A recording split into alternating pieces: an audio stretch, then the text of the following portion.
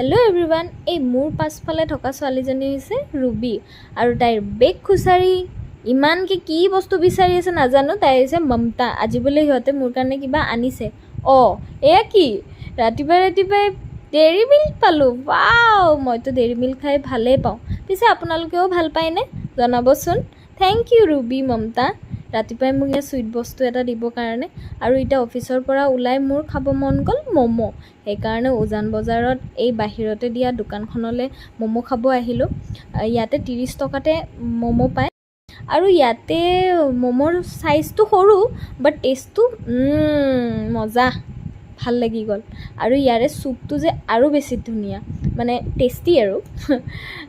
চুপো খাই ল'লোঁ আপোনালোকেও যদি ইয়াৰে মমো টেষ্ট কৰিছে তেনেহ'লে কমেণ্টত জনাবচোন আপোনালোকে কেনেকুৱা পায় খাই তেনেহ'লে আজিলৈ এৰিছোঁ আকৌ লগ পাম বাই